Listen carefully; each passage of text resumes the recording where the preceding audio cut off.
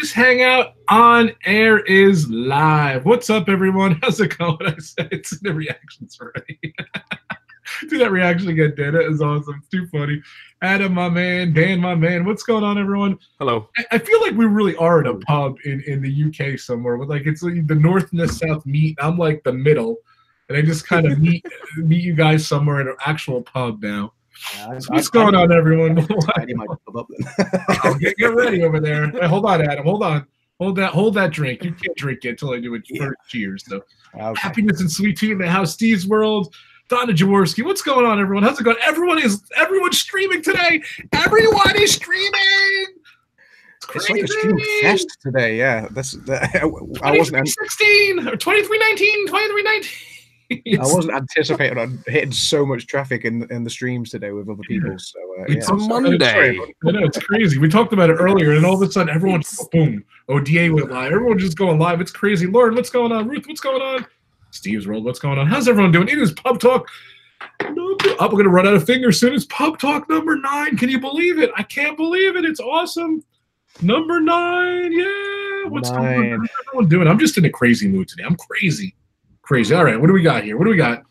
I got. Oh, wait. Hold on. Where's my manners? What's going on? Ladies and gentlemen, please welcome Adam of AdamsLand. What's up, brother? How you doing? Cheers. Cheers, cheers. I'm doing it properly this time. I wasn't drinking properly on the last 2 pub talks that we did because I was on a bit of a diet. I've now kind of had my trip away. I need this. So yeah, I'm on the John Smiths. So yes, nice. Doing it properly at last. Adam of AdamsLand and Ebony's little channel. Definitely check out their links below. I got them all below, down below there. Mr. 1000 Disney Dan right here, ladies and gentlemen. He hit 1,000 subscribers. I think he's at 1,050 or something ridiculous. Oh, something ridiculous. Congratulations. Oh, thank you, my friend. It is good to see everybody. I need to make a faux pas though. I need to make a faux pas before we even get started. That's my drink. It's nice. Gone. It's gone. So this little dribble will have to last me the whole stream. So cheers, everybody. cheers. But thank you for having me back. Is the pub? The pub is great. It was full of vodka, though, right, Dan? Am I right to say it was full of vodka? Yeah, or gin? Can you not tell my mannerisms right now? Yeah, I am. Oh, yeah. No. No, just to let everybody know, it's not vodka. I don't drink. Actually, I don't drink at all. But imagine if I was. But I actually don't imagine if I was. It wouldn't be a great sight anyway. Adam, imagine Dan drunk. That would be crazy. That'd be just crazy. Yeah, no. I have an image. It's fine. Oh, gosh. What's going on, everyone? So, yeah, of course, Disney Dan. Definitely check out his channel. He just hit 1,000 subscribers, I believe, last week, right? Last Friday was it? It was not last Friday, the Friday before. With the help from Josh and Jana, which were awesome. But yeah, we're on our way to 1,100 and trying to get some monetization going. I really need to do some more live streams. But yeah, did a great video today. If you really don't like the whole Genie Will Smith thing, then please check out my video because it's like how much like it is a good thing, but may not be a good thing. But yeah, it was a fun video today. But I did that today, so yeah, it was fun. Sweet. Nice. Oh, hold on a second. I actually have a Coors Light, of course, my standard because I'm on a diet. I am down 60 pounds officially this week. Yeah, thank you guys. Thank you. I appreciate it. Well done. So, but I'm gonna go. Thank you. So I got this for the amazing Super Bowl last week. We got Sam Adams Cold Snap. I didn't even try it. My guests had it. White ale with spices. Look at this. So this is what I said I'll be different this week. I'm gonna try something different. Do you know what? Sam Adams does some good beers as well. I do like Sam Adams. So I never had this. Yeah. I've had the cold brew, whatever, the winter brew, whatever, but I don't remember this. I've had their Oktoberfest one, which is interesting. Let me try it. I haven't tried it yet. Ooh, if you had a headset on, it had a good sound. Yeah, it was a good sound. I mean, it was a good sound. So that's a good start. That's coming out of my dollar headsets. I mean, you get the quality, but it sounds good. I could almost taste the sound. That's how good it was. So, Ruth said, "Congratulations on the weight loss." Thank you, Ruth.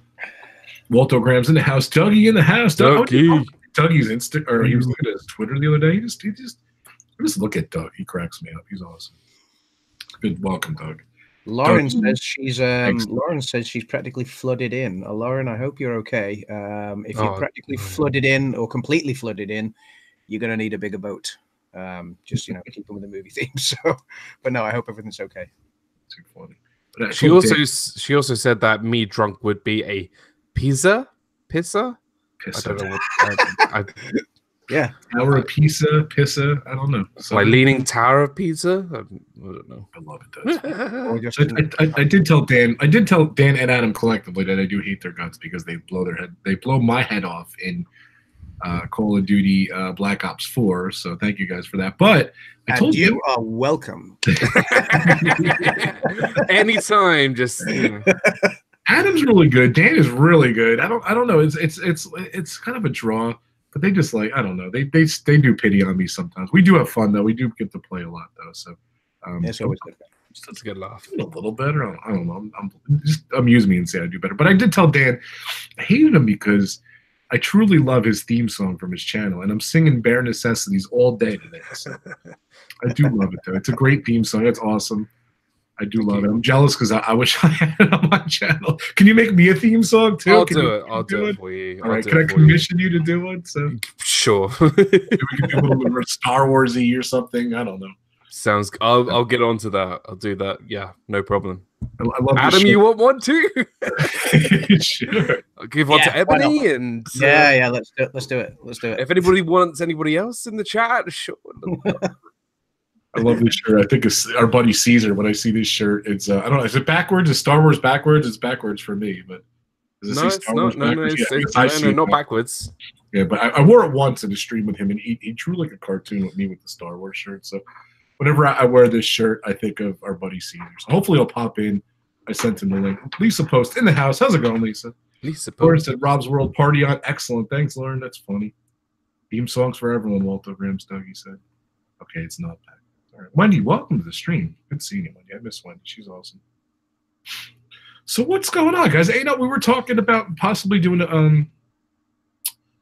a pub talk, and I think Adam said it today. He was like, I didn't watch the award shows last night that they watched. I guess it's a Britain movie award. The Baftas, yeah, it's always like the penultimate sort of award ceremony before it is. When you have the big award ceremonies in the award season, then obviously after you've got the Golden Globes, which kind of kickstarts everything off, and you get the Sag Awards, and you get a couple of the smaller award ceremonies. The Baftas is always that penultimate one, 2 weeks before the Oscars. So I always enjoy watching the Baftas because while it doesn't give you the outright results of what the Oscars are going to be, it gives you kind of a good indication of what direction people are voting in this year, and yeah, it does intrigue me. Sometimes like last year, the BAFTAs voted for a completely different Best Picture than what the Oscars did. So that's where it does get interesting. But yeah, it was certainly interesting to watch last night, and the outcomes are quite interesting. Very interesting. Yeah, but I do like watching the BAFTAs. The BAFTAs are, they're. I don't know. It's just something about it which I've always got interested. Maybe it's just if you don't know, the actual awards are gold faces, and they're in the thumbnail of the video. But yeah, you know what? I've always been really into the BAFTAs even more than the Oscars. Not because it's British or anything, but just I just prefer just the setup, and I've always watched the BAFTAs. But now, kind of like, we've got the Academy Awards next week. It's going to be a really great way to end the award season. Yes, definitely. I've heard of them. I don't think I've ever. Maybe I've seen them. I'm not sure, but just tell us about it. Us naive Americans. What is it? It's in Britain. It's in London. It's held at the Royal Albert Hall in London. Mm-hmm. You always get members of the royal family attending. So the past few years, it's always been Prince William and Kate. So they always attend. Personally, I know Dan just said he prefers the BAFTAs. I still prefer the Oscars personally. That's for me is the pinnacle. But the BAFTAs is a fantastic award ceremony. It's something that I would love to attend in person one year. And it's like I say, I always treat the BAFTAs as that perfect sort of opening act before the Oscars. 2 weeks beforehand, it just gets me right there, you know, sort of it starts the excitement for me for the Oscars. It's like the teaser trailer, isn't it? Before it's like using Yes. using movie, you know, terminology. It's like the trailer, the teaser trailer before the Oscars. So yeah, very much so. So let me see this. It's American movies though. Is there any British movies? American and British. American and British. So they do have a couple of categories for I think they have best outstanding British film or outstanding British film. film. That's right. Yeah. Yep. Yeah, they do have that, and I think British short as well, which we won't necessarily discuss those tonight because it's films that aren't up for Oscars. And obviously, this is the road to the Oscars. But I mean, we've got, I think, all the main awards.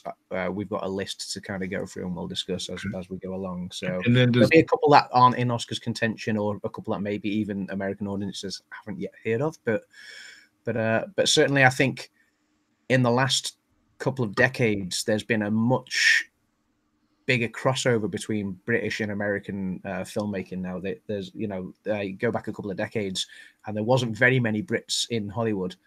Nowadays, they're everywhere, I think. So, and there's a lot more crossover with American films. American films have always been big over here, but I think they seem to work together and tie in a lot more together these days. So. Now, all the actors and directors and everyone who would go to any of the awards here, it's the same there. They fly. Yep, everyone's here. Everyone from that's right.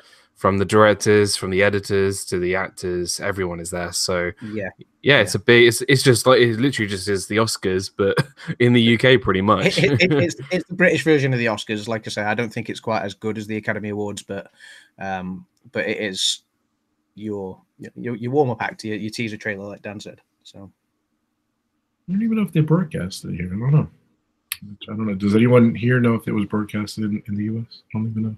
That's a good question. Hey, Mike's just popped in from our Hey, team. Mike, cheers. And Sorry Jim, for more sunshine. More sunshine, please. What? Cheers for Mike. Cheers. Cheers for Mike. Chin chin. And cheers with the lack who of else is in the drink chat? Cheers with the lack of drink. So Jim for more sunshine, please.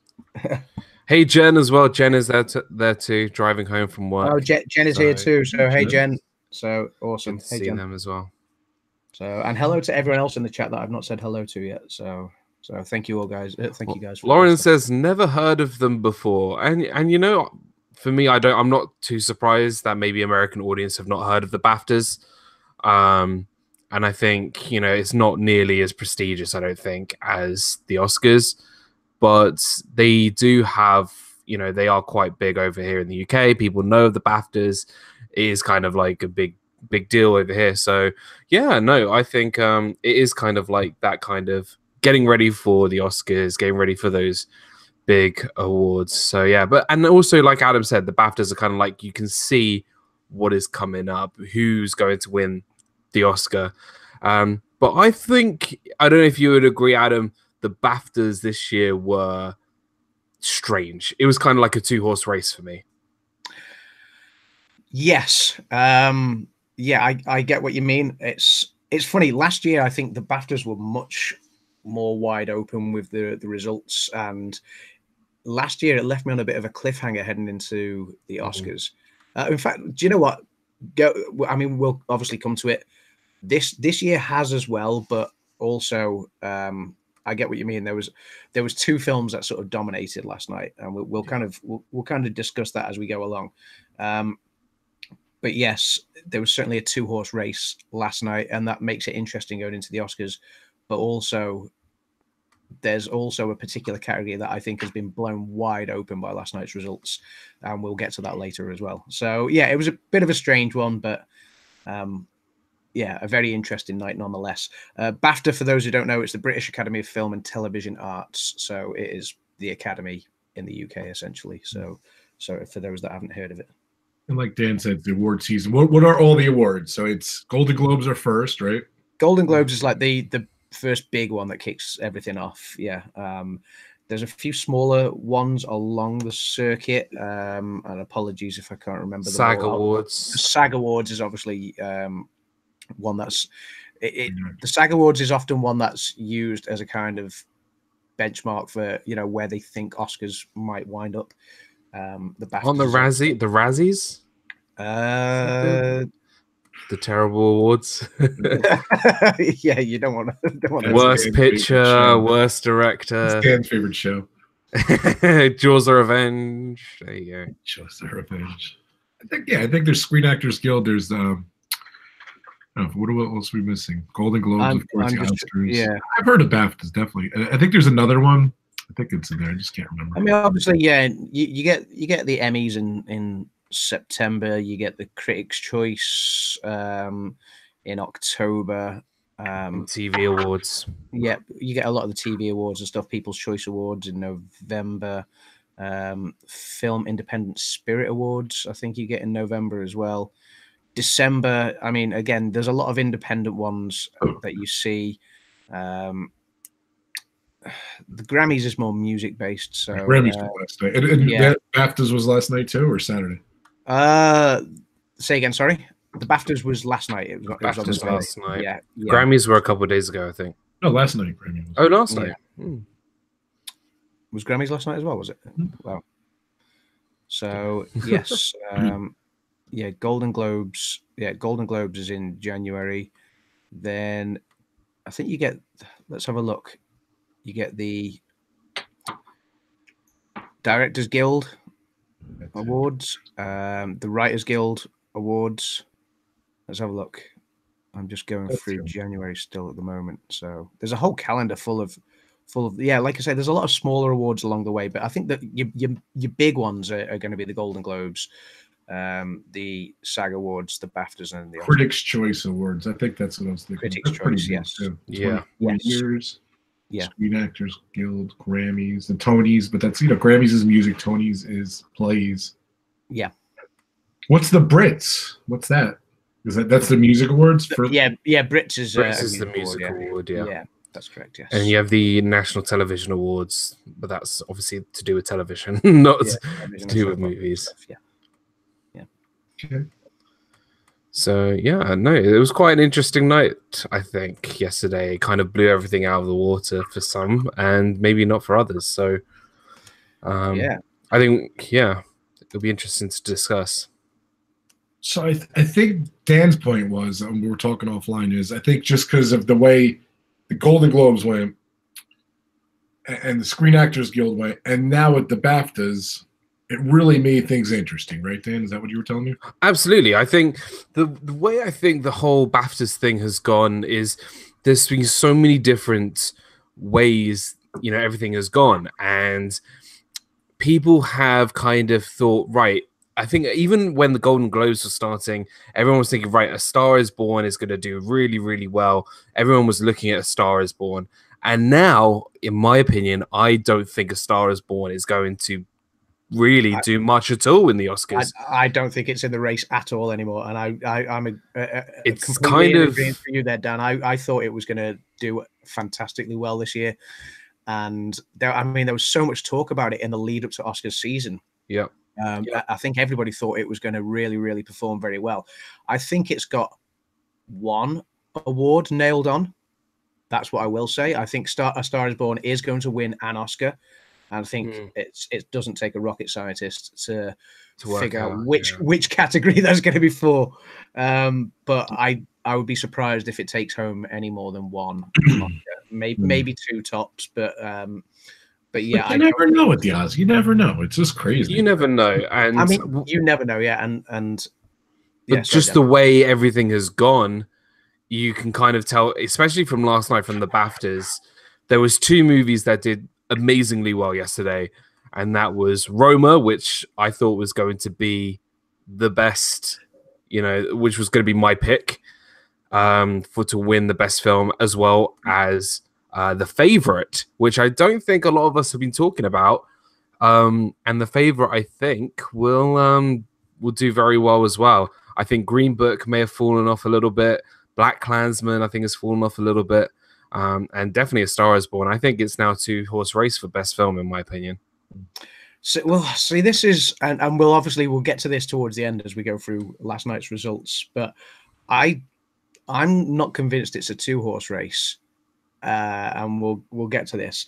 I think there's certain pictures that have dropped out of the running. I think A Star Is Born has dropped out of the running. I'm not sure whether Vice was ever truly in the running. No, I don't think it was. But I think after last night's result, let's get to that later on, like, you know, when it comes to Best Picture. But I think before we move on, Adam, I apologize. I wanted to throw that to you. Dan said it too, of course, but Adam was the one who was saying with the different awards. I apologize, Adam. He was saying with the different awards about how it is every man's race. So if you want, did you want to talk anything more about that? Let's get to that specific topic right at the end. Okay. That's all I want to say for now. We'll say about it. Yeah. So, okay. So, should we talk about the ones that we think are nailed on? So, I mean, like, we can go through last night's results. We don't have to talk about every single topic. We can talk about every single topic if you want, you know, those that are applicable to the. So, yeah, it's funny because obviously I know each of us have been gradually watching some of the films from when we did our pub talk. Was it two or 3 weeks ago? We did a pub talk where we were talking about the build up to the Oscars. It was just after the nominations, wasn't it? So, and we started calling out what we thought would win based on what we had heard. It was much of it was rumor mill and speculation, and a lot of the films we'd seen some of them, but we hadn't seen all of them by any stretch. Whereas now, I know I've been on a personal crusade to watch a lot of the films. Yep. I'm not even like I'm a third of the way through my list, so I've got 2 weeks of cramming now. And I'm determined to get my list done. Cutting into our playing time on the Xbox. I'm gonna watch 2 movies tonight, I think. So yeah, I've just finished watching one film tonight, which I'll discuss in a bit, and I'm going to watch another when I go to bed shortly. So I'm determined to get my list done. So you're the anchor man. You're the movie anchor man, Adam. I am the movie anchor man. Yeah, watches a lot too. So. Yeah. So, how do you want to play this, Rob? Do you want to look at the Oscars categories? I'm giving the floor to you. I'm giving it to you. Or do you want to just discuss the Baftas results and whatever you want to do? I'm good. I'm just here to hang. Like, I don't really know much about that. I didn't watch it. I have your list, and I could. Yeah, but this is also the road to the Oscars, isn't it? So yes, it is. Yes. So whatever you want to do, Adam, you can do it. I don't know, Dan. What do you think? I think, well, mainly looking at the Baftas, because obviously this is what we were looking at yesterday while we were watching it, and then see how that could affect the Oscars. Yeah. And then you just pick what was the BAFTA nominations? Pretty much the same as the Oscar nominations. I didn't know that. A lot are, but you will get a few more British films that maybe don't make it to the Oscars. There were some differences, but mainly because obviously this was more of a British show. So yes, that's right. So, I mean, let's have a look. So if we're looking at BAFTA's awards that were handed out, you've got Best Animated Film. Now, you've got that at the Oscars as well. You'll have Production Design, Sound, Editing, Best Documentary, Achievement in Makeup and Hair. They all obviously are in the running at the Oscars. You had Outstanding British Film at the BAFTAs. Now, I won't give out the result yet, but let's just say this is a film that is also in the running for Best Picture at the Oscars. So there is a British film in line there. Obviously, your normal Best Supporting Actress, Supporting Actor, Best Actor, Leading Actor, Leading Actress, Director, Cinematography. So you get the picture. A lot of the awards handed out are very much the same as what you will see at the Oscars as well. I think one thing that the BAFTAs does well is they give an award out, and it's the one thing that they allow the public, and it's not the Academy that votes on it, it's the public that vote, and it's the EE Rising Star Award, which they give to one of the best young up-and-coming actors or actresses, which Letitia Wright won. She was in Black Panther and Avengers Infinity. She played Shiri. She played Shiri. Yes. So well done to her. That's one thing you won't see at the Oscars is the Rising Star Award, which I think is a great little doff of the cap, if you like. I like that. Yeah. So all the others, like I say, you got your Best Picture, your costume design, your best. obviously the Oscars, they call it foreign film. The BAFTAs call it film not in the English language. So yeah, let's. Should we go? I mean, I've given everyone the list of results. Everyone I say, as in Rob and Dan.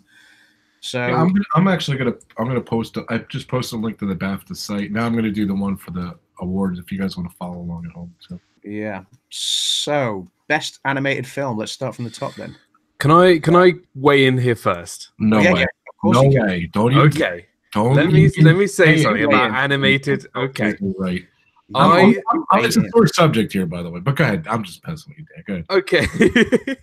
Okay. When we spoke 2 weeks ago about the Oscars and, what film that I think will surprise all of you, I said best animated film, Spider-Man Into the Spider-Verse. Mm-hmm. And let me just read off the films that were in the animated nomination for the BAFTAs. It was Spider-Man Into the Spider-Verse, Incredibles 2, Isle of Dogs, and that was it. Wreck-It Ralph wasn't even nominated. And I knew that there was only three nominated. Three nominees, and all three of those are up for the Oscar as well. So all three of them are up for the Oscar. That's just the way it is, or is it? Yeah, was just the way. Yeah, I mean, most BAFTAs they do have 5 nominees, same as the Oscars, but in this particular category there was only the 3. So. Well, at that point, to jump ahead a tiny bit, the best film is only 5 nominations too, not right. 8, 9, or 10 like the Oscars. Yes, I was just curious. Yeah. Sorry. And I said, trust me, Spider-Man Into the Spider-Verse has a really great chance of winning the Oscar, because I think it's just a really phenomenal film, and that's the reason. Well, it won at the BAFTAs, Best Animated Film, Spider-Man Into the Spider-Verse. And with everything that's been going on, the hype, it's only grown in popularity. It's made more money now since it was released back in December, November. I don't even know when it was released. I could happily put my money, if I was a gambling man, which I'm not, I would happily put my money on Spider-Man Into the Spider-Verse winning the Oscar at the Academy Awards. See, I've not yet seen this film, but I can't wait to watch it. I've promised Ebony I'm going to sit down and watch it with her because she does like Spider-Man. So I said, right, I'm not going to watch it without you. Then we'll wait until we watch that. We have watched Incredibles 2. We have watched Wreck-It Ralph. So and Isle of Dogs we've got to watch as well. Now, it's funny that you said Spider-Man because also Brandon, Prodigy Smash, he also came out and said from the animated films he's watched, he thinks Spider-Man Into the Spider-Verse is also going to be the best. Can't wait to see it. I really want to see it. So I'm really looking forward to it. I honestly thought because Disney always does so well with the animated films, like obviously last year Coco won it. I think the year before was it Moana. It was Zootopia. Was it Zootopia? Yeah. That's right. Moana was certainly in the running as well. Obviously, Frozen's won it over the years, I think. And Disney always do well at the Oscars with when it comes to animated feature. So to see them have 2 films in the running this year with Incredibles 2 and Wreck-It Ralph, or Ralph Breaks the Internet, and to suddenly now feel like they're not the favorite going into it. That makes it very interesting. So I can't wait to see Spider-Man Into the Spider-Verse. But I think, the way the award season is going, I think Spider-Man has won other awards as well, Spider-Man Into the Spider-Verse. So I think we are looking at a potential Oscar winner there with Spider-Man Into the Spider-Verse. But technically, it is a Marvel property, and it is linked with Sony, so it's not a full Disney property. But you could categorize it as a Disney film because it is under the Marvel banner, which Marvel obviously is owned by Disney. It was a very much a Disney dominated category, in my opinion. Always is. But if you do watch this movie, Spider-Man Into the Spider-Verse, it is animated so differently than a normal animated film. It feels more of a comic book style animation rather than something like a Moana or a Frozen or a Zootopia. So I would put my money on it, hands down. It would win the Oscar there. Yeah, I think having seen the way the awards season is going, I'm starting to lean towards Spider-Man Into the Spider-Verse more now as well. Where prior to the BAFTAs result last night, I think I was leaning towards either Ralph or Incredibles. Whereas now, yes, I think after the BAFTAs result, I'm definitely leaning towards Spider-Man Into the Spider-Verse. It's going to be interesting. Yeah, very much so. Well, Dan, you've seen Incredibles 2, Ralph, and you've seen Spider-Man, right? Mm-hmm. Is it truly the best movie, though? In my opinion, yes. That's saying a lot because I loved Incredibles 2. I think Wreck-It Ralph 2 was also very good. But I'm a comic book guy at heart. I love my comic books. And when I saw Spider-Man into... I'm not going to spoil the movie or anything. But if we finally get... I'm going to go all full-on geekiness right here, right now. You finally get Miles Morales, who plays Spider-Man, other than Peter Parker on screen. And that is just a huge deal. It brings a different kind of life to the Spider-Man character. You're interacting with all these other Spider-Men, and you got a great villain. And just the way the storyline progresses. It's not just a kids movie. I think there's a difference between a kids movie and an animated film. For me, for an example, something like Happy Feet is a kids film, or Minions, and then you got Toy Story or Inside Out or something like that as an animated film. And this Spider-Man Into the Spider-Verse is an animated film, and I think it was by far the biggest surprise, but also one of my favorite films of the year. So I would definitely see it win the Oscar, and I couldn't. I'm not even gonna lie to you. I would put it as my second favorite Spider-Man film after Spider-Man: Homecoming. Wow! Beating out all the Sam Raimis, beating out Amazing Spider-Man. That's just my personal opinion. Wow, that's cool. That's high praise. I can't wait to see this movie. Yes, that's it's one that I'm going to have to watch this weekend, I think. So, yes, looking forward to it. Enjoy. Cheers, buddy. Cheers. Okay. How's that thing coming out on home movies? I want a home video. I want to see it. Yeah. Don't know when it's coming out, but I'm sure it'll be soon. It's still in the movie theater here in the UK, so we're not gonna have it for a while. Still making money, so yeah, it's making huge. It's still like in the top 5 grossing films right now. That's still around, so it's making a lot of money. It's making a real good amount. So yeah, I can see it going far. It's gonna be probably one of the most one of the most successful Spider-Man films made as well. So in terms of money. So yeah, what are we on now? Which one are we moving on to? I think, is it production design? We should just do the major ones, you know. You want to just do the major ones? A lot of awards, yeah, I think so. Okay, I mean, like we can skip through like the smaller ones like quickly, or skim over them, because So obviously the next one we've got is production design. The nominees were Roma, Mary Poppins Returns, First Man, Fantastic Beasts, The Crimes of Grindelwald, and The Favourite. Dan, any surprises here for you, or? It was weird to see Fantastic Beasts there. Yeah. Mary Poppins, you know, it was very well. It was a good production design, but I think, as you would agree yesterday, this is where The Favourite starts to pick up a lot of its awards. Yes, yeah, and with these smaller awards first. And if you've seen The Favourite, I mean, I haven't seen the film personally, but just looking through the trailers, looking through the small clips that they show throughout the Academy Awards and whatever, it does look incredible. So I'm not surprised. It is. I could fully understand why it won this award and some of the other ones, like you say, the smaller categories. I can fully understand why it's won these awards. So, yeah, The Favourite.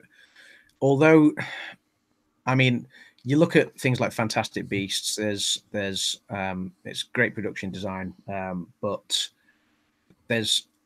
I think the thing with The Favourite is it doesn't rely on CGI animation or anything like that. It's literally just everything you see is authentic in The Favourite, and so I think that's why it's done so well.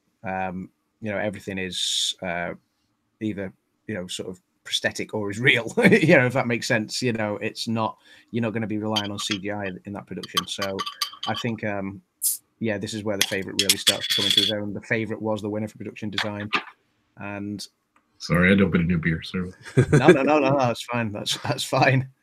So yeah, it is a pub. Damn it!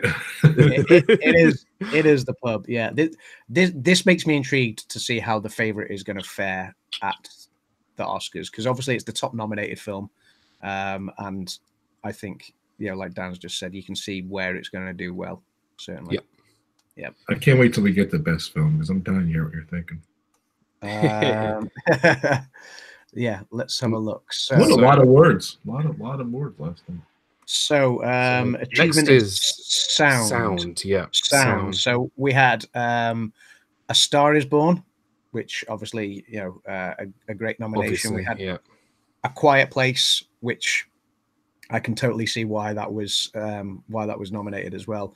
Mission Impossible Fallout, which I don't think is up for an Oscar. It's not. It's not, and it's very upsetting because it was a phenomenal film. Yeah, really fun. First Man and Bohemian Rhapsody. I'm not surprised by the outcome with the winner. No. Not surprised. Yeah, so the winner was Bohemian Rhapsody. Yeah. By the way, Dan, that was the movie I was thinking of coming out on Blu-ray this week, Bohemian Rhapsody. Yeah. Apparently, they have the whole thing where the entire Live Aid is on the Blu-ray or something. Did you see that? I've not seen that. Wow. I'm gonna have to pick that up tomorrow. So I guess they filmed the whole thing and they didn't show the whole thing in the movie, but that's part of the Blu-ray. You get to see the recreation of the entire Live Aid I saw in the commercial. That's the commercial. So it was driving me nuts. That's what it was. So I'll need to pick that up tomorrow. Looks awesome. But yeah, so winner was Bohemian Rhapsody. Obviously, A Star Is Born and A Quiet Place, I think, would have been the other two in the running, and I know they're up for Oscars as well for the same category. Though I can see why Bohemian Rhapsody's won it, and it wouldn't surprise me if it took the Oscar as well. Yeah. Editing, best editing. Achievement in editing. Now this one surprised me. I mean, I've not seen too. this film. I'm not sure. I'm not sure if you have, but yes, I have seen it. Yeah. Okay. So, achievement in editing. The nominations were Roma, First Man, The Favourite, Bohemian Rhapsody, and Vice. So, now it's interesting because you look at that list and you got films like Roma, The Favourite, and Bohemian Rhapsody in there, but Vice came out the winner, and I was very surprised because I didn't think that Vice was going to do very well at the Baftas, and I don't think it is going to do very well at the Oscars, because it's a shame because it's a great movie. I think Vice deserves a little bit more praise. I think it was a very good film. I think Christopher Nolan does a very good job. I'm actually quite happy they won at least one award. Yes, and that'll be interesting seeing how this picture then fares going into the Oscars now, because I think I'm not sure if it's like for like, but I think it's probably almost going to be the same sort of nominees for this category at the Oscars, if I'm not mistaken. So I think, like you say, when you're looking at how well The Favourite and Roma and Bohemian Rhapsody have been faring across award season in general, I think a few people were expecting First Man to fare better than it has done. But Vice, like you say, it's kind of slipped under the radar a bit. So it is a pleasant surprise to see it come out like that. So I'm quite interested. I think didn't Baby Driver a few years ago have like the same sort of thing where it was up for quite a few awards, and I think it kind of it was like these kind of lower awards where it sort of stood its best chance, and I think Vice is kind of going to be looking like that same sort of production in that sort of sense. So it's interesting to see where it all goes. Yeah. So did someone say Christopher Nolan, not Christopher Bale? Sorry, Christian Bale. Yeah, Christian Bale, not Christopher Nolan. I always get these two mixed up. Thank you. That was pointed out by More Sunshine, Please. Thank you. I just saw that. So Lauren's taking us to the kitchen while she cooks. Thanks. Yes, Lauren. Food time. Yes, we like food. So make plenty. So I'm hungry. So the winner of Best Documentary. Now, I've not caught any of the documentaries this year, so I'm not sure if you guys have caught any of the documentaries, whether you had an inkling as to what might win the Best Documentary or anything like that. I've not caught any of the Best Documentaries but I know the winner is up for an Oscar nomination, so that kind of gives us an idea of what might take the best Oscar, which is one called Free Solo. I know nothing about it, unfortunately, so I can't Not really Solo, a Star Wars story, just Free Solo. Yes, Free Solo, not Free Han Solo. Solo, a Star Wars story is not going to win anything. No, and I'm glad it's not. Certainly not best documentary. So yeah. Makeup and hair, though, is the next award, and I don't think it surprises us where this one went, given that we were talking about production design before. I think production design, makeup, and hair, they kind of go hand in hand, and usually costume as well, and usually costume as well. So yeah, makeup and hair went to the favorite. This is what Dan was saying a few minutes ago. You can see where these awards are kind of possibly going to lean, with the favorite having so many nominations at the Oscars. It wouldn't surprise me to see the favorite scoop makeup and hair, costume, and production design at the Oscars as well. Though very, very quickly, I know it's not a category that we want to spend a lot of time on, but I do want to point out Mary Queen of Scots, and I think that has the nearest chance of winning that award, because Mary Queen of Scots looks, in just terms of makeup and hair and costume design, incredible. So I've seen them both, and personally, I preferred Mary Queen of Scots, but I can understand why the favorite has won it. The favorite is to me, it's just that little bit more theatrical, if that makes sense. So yeah, I can totally see why it scooped the awards. I think I think they've done an outstanding job on that film. And it captures the time period it's supposed to be absolutely superbly. So I think the Mary Queen of Scots, obviously being based on it's trying to be historically accurate, even though there are a few inaccuracies there.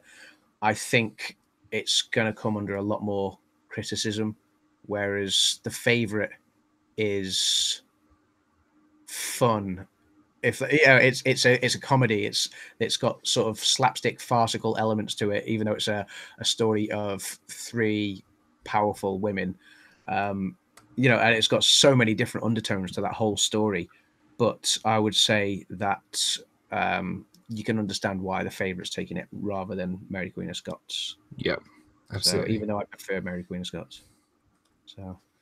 So okay, award that you won't get at the Oscars. Outstanding British film.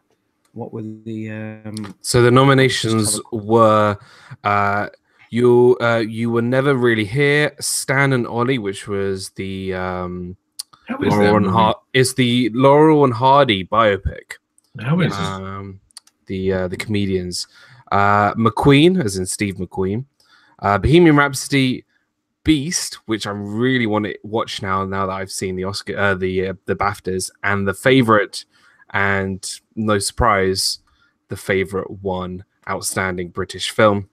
Yeah, it was only going to come down to either the favorite or Bohemian Rhapsody. Now, didn't Bohemian Rhapsody win a Golden Globe?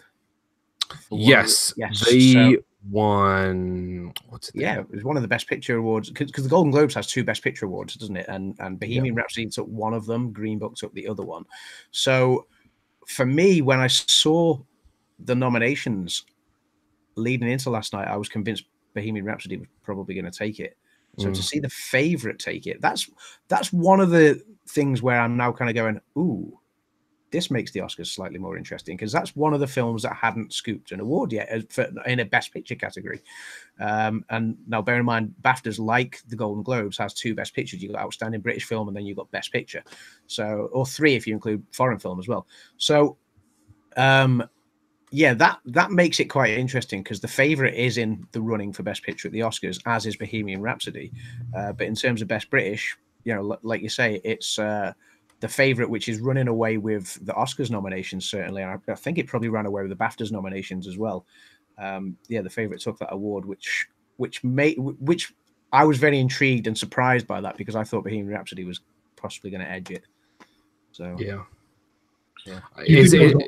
I'm sorry. Go ahead. Sorry, I was just saying that this is it may not sound like a big award, but this, I think, was a key element for the favorite to really boost its levels. Whereas Bohemian Rhapsody now, I feel like it's just dropping down more and more. Even with this award, Outstanding British Film, it's kind of getting really interesting at this point. It is certainly getting interesting. Thank you, Meg. Meg says I nominate Adam's film for best film. Thank Yes, you, Meg. It's never going to win any awards, but yeah, thank you. All Adam's films are awards. I appreciate the support. Best indie horror film. Best. My question was, I think maybe I shouldn't ask this now, but like the favorite one.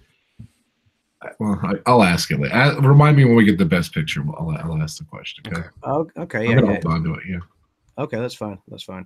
But yeah, so outstanding British film, the favorite one, and that was a strong category because Stan and Ollie's one. Yeah, we sort of had a lot of rave reviews as well.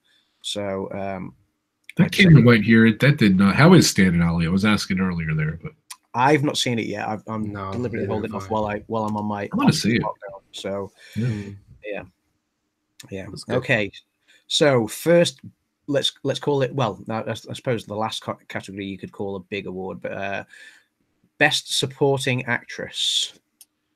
Okay, so that was your one of your first big awards of the night. By the way, I got to interrupt here. I burped about 15 times. All our burps today is sponsored by TG Explorers. I'm sorry, guys. When I finally burping, I'm not even giving their sponsorship out, but my burp sponsored by TG Explorers. Thank you, guys. Go ahead, Adam. Sorry. No, that's fine. I'm just looking. It is a pub for that, after all. Bear me 1 second. For best supporting actress. Yeah, because I'm just comparing it to the Oscars. I just want to compare it to the Oscars list. So shall I read out the BAFTAs while? Okay. Go on. Give me the 5 from. So the 5 nominated from the BAFTAs were Margot Robbie for Mary Queen of Scots, Emma Stone from The Favourite, Claire Foy for Oscar. Yep. Claire Foy from First Man, Amy Adams for Vice, who was also up for an Oscar, and Rachel Weisz, who won the BAFTA for The Favourite. So 2 favourite nominees there. 2 favourite nominees up against each other. So 3 of those 5 nominees from the BAFTAs are up for the Oscar. The different ones is you've got Regina King from If Beale Street Could Talk up for the Oscar, and Marina de Tavira from Roma. She's up for an Oscar for supporting actress as well, which obviously the BAFTAs had Claire Foy from First Man and Margot Robbie from Mary Queen of Scots instead. I personally thought it was going to come down to one of the 2 girls from The Favourite. Obviously, Rachel Weisz won it. I personally preferred Emma Stone's performance. I haven't seen that film. I agree, but I don't think they're going to complain if one of them win it. So. No, the thing with The Favourite is. I know the 3 actresses all consider themselves. All 3 roles were written as equal, So to have one of those actresses up for a lead role and 2 up for supporting is, I know all 3 of them consider themselves as equal. Olivia Colman is the one that's up for Best Actress, but she even agrees that the other, all 3 roles were the same, but they had to choose one as a lead essentially. So that's just the way the cookie crumbled. But yeah, to see Rachel Weisz and Emma Stone both up against each other, like I say, I was leaning more towards Emma Stone, but it didn't surprise me that Rachel Weisz won it at all. As they were saying the nominees, I said I think Rachel Weisz will win it. So I was right with my prediction. Her speech was fantastic. Rachel Weisz's speech was hysterical. She had the paper in front of her. She was shaking, and she was just making all these sarcastic, humorous jokes. She was talking about, we're all going to. She was actually saying we didn't realize how many things The Favourite won, and we're all going to have a great night tonight. It was just, it was just such a fun speech, a typical Rachel Weisz speech. So I would definitely, if you can, find on YouTube, go to the BAFTAs. I think they have the acceptance speech for Rachel Weisz. Please check it out. It's just hysterical. Yeah, definitely. Okay, so that moves on to best adapted screenplay. So obviously we're going to see something similar at the Oscars. I think you get adapted and you get original, don't you? Yes. I'm not what sure. What order is this in, by the way? This is the order that the results were done last night. Is that the way they do it? Okay. Yeah. Wow. the Oscars tend to do it. They always don't. They isn't the first award at the Oscars usually supporting Yeah, they have one of the big ones. Yeah, best supporting actor. Yeah, it's usually best supporting actor is normally the actor. first. Yeah, that's always the one that opens it. So yeah. So okay. So adapted screenplay. You had A Star Is Born, If Beale Street Could Talk, First Man, Can You Ever Forgive Me, and The Black Klansman. How does that compare to the Oscars? Yeah, is a little bit different, I think. The Oscars is Ballad of Buster Scruggs, Black Klansman, Can You Ever Forgive Me, If Beale Street Could Talk, and A Star Is Born. So First Man is not there. First Man is not there, but the other four are the same. So that makes this interesting. This really surprised me. I didn't expect this particular film to win it. So Black Klansman came out the winner, which if I put money on it, I thought A Star Is Born was going to win Best Adapted Screenplay. But Black Klansman, which was one of my favorites of last year, was the winner.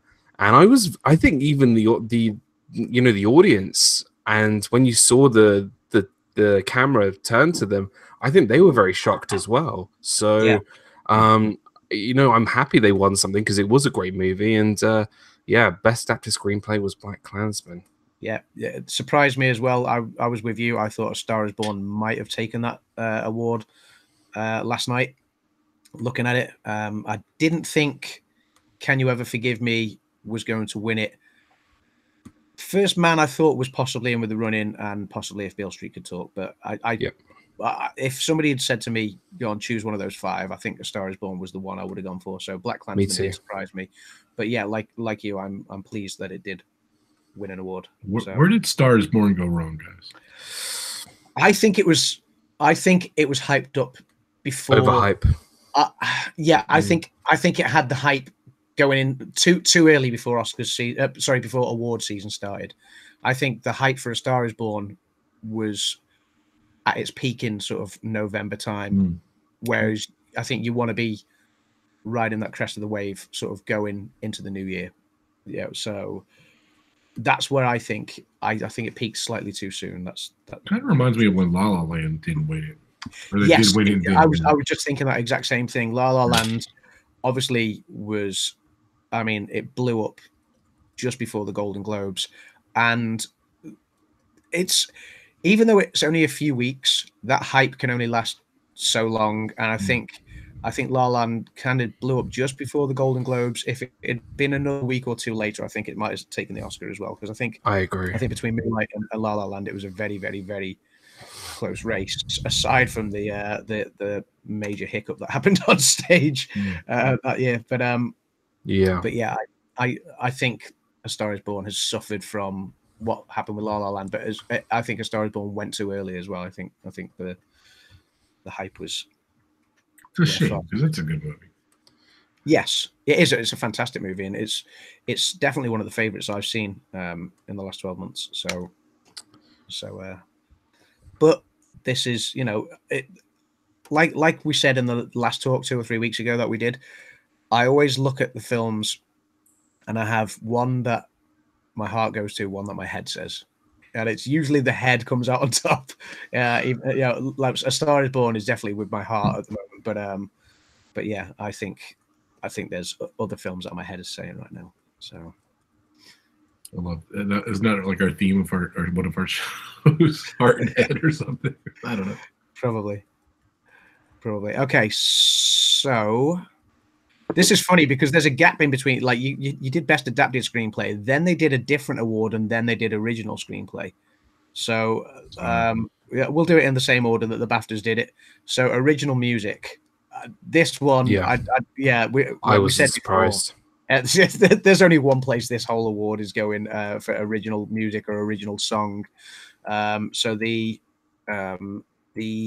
nominees last night were what's the name of the song from Mary Poppins Returns, Dan? You know the name of the song. It was, what was the song that they used? It's the one where they're all flying on the balloons at the end, isn't it? Oh, it's gosh, this is embarrassing.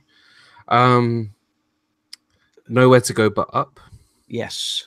No way to go back up. Yeah, so that was the only one that I thought could have possibly rivaled the winner. There was a song from Isle of that's the Dogs. reason why I didn't, because I couldn't remember it, and that's what we were talking about with Mary Poppins Returns and the music. We said this a few weeks ago. We don't remember the music titles. Everyone knows Supercalifragilisticexpialidocious. Like for me, like the Mary Poppins Returns music, I know is because I've been listening to it over and over and over again. But you can't just bang. I remember it. It's not as memorable as the original Mary Poppins film, and that might change once the film's been allowed to settle and grow an icon status like the original has. But I mean, I dare say people probably didn't remember as many of the songs when the original Mary Poppins was as new as Mary Poppins Returns is. Yeah. But yeah, I think there was only that song or the eventual winner. I mean, obviously there was songs from Black Klansman, If Beale Street Could Talk, and Isle of Dogs as well. I didn't think any of those were really in the running. No. Obviously the winner was Shallow from A Star Is Born. I would bet my mortgage on Shallow taking the Oscar as well. It's taken every single award so far across award season. If it loses, it's going to be the biggest upset in music history. Yes, I think so. I think if Shallow doesn't take the Oscar for best original song, I would my jaw will hit the floor. Yeah, that's the one award I would say is nailed on at the moment is Shallow from A Star Is Born. I would, like I say, I would practically bet my house on it. So, yeah. So what's next? Original screenplay, so not adapted, but original screenplay. Mm-hmm. So, it's an interesting category, this one. This was an interesting category. So you had Vice, Roma, Green Book, Cold War, and The Favourite. So, I mean, Roma was probably a good contender. I thought Roma was a very good contender for that.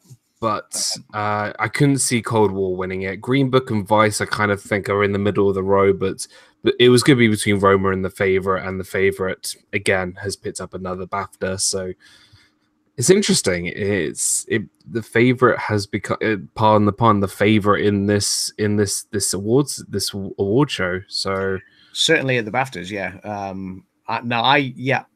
I was rooting for Green Book personally. I wanted Green Book to win it. I knew Roma was going to be a dangerous one. I didn't see The Favourite winning Best Original Screenplay. So neither did I. So even though it won Outstanding British Picture, I didn't see it winning the Original Screenplay Award. I thought it would be between Roma or Green Book personally.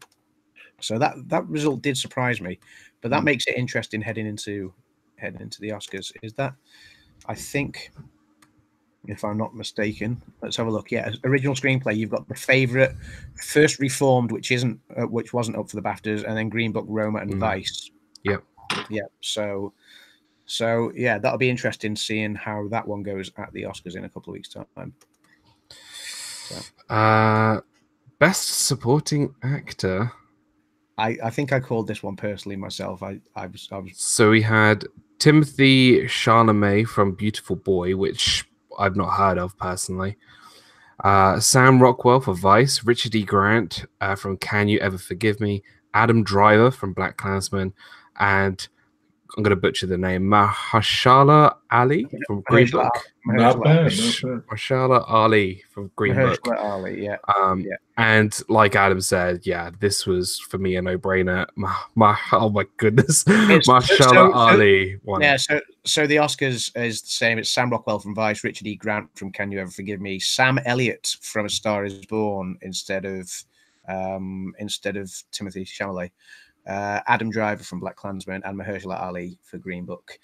I called Mahershala Ali last night. I thought Sam Rockwell might give him a run for his money, but maybe the reason I was thinking that is because Sam Rockwell obviously won Best Supporting Actor last year for 3 Billboards Outside of Ebbing, Missouri. Funnily enough, Mahershala Ali won Best Supporting Actor the year before for Moonlight. So, and his performance in Green Book was outstanding. It's great. I loved Green Book. Green Book was so good. Yeah, I loved. I mean, the 2 performances in Green Book. It's a film that made me smile from ear to ear. Yeah. I love that film. I wasn't sure what I would think of it. I saw the trailers and I was like, yeah, it looks good. but I didn't think I would enjoy it as much as I did. It's a fantastic film. Well, I told you 2 weeks ago, dude, you'd like it. You'd really Yeah. like it. And Yeah. because I watched it 2 weeks ago, I said Green Book was, now looking at it, I'm not sure it is going to maybe win the Oscar, but like, we'll get to that when we talk about best film. But yes, if you want a really fun time, like just a really great film, just to watch very easily, Green Book is where it's at. Green Book is, definitely a very fun film to watch. Corey Meets Worlds popped in. Welcome, Corey. Corey, stay warm. I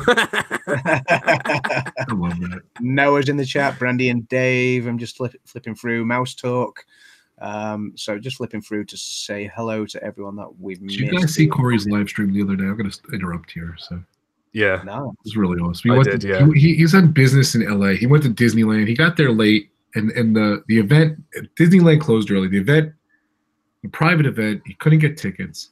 He's walking around, and someone walks up and hands him a Disneyland ticket. And he goes into the park.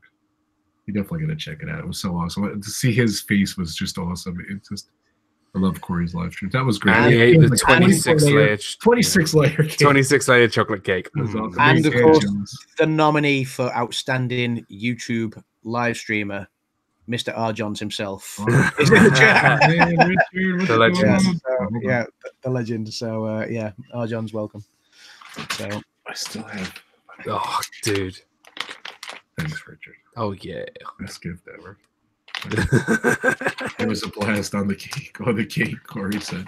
It was great, though. If you haven't checked out, all these great channels here, but definitely check out Corey too. That stream was awesome. Really fun. Okay, so the winner of Best Cinematography is the next award. Sorry for that. So cinematography. I had a question. Ooh. Go for it. Question. I was curious as we were talking. I looked up. If you see me, I'm looking up stuff and everything. So the final voting for the Oscars is February 19th. Yep. Yes, that is correct. Yes. Do you think these results in these other what shows affect the Oscars? Well, I mean, similarly to the Oscars, the BAFTAs by and large is voted by its Academy members. So same with the Oscars. There are some people that are obviously members of both, so that's what makes you think there's going to be a lot of crossover awards. But like we've highlighted, there's certain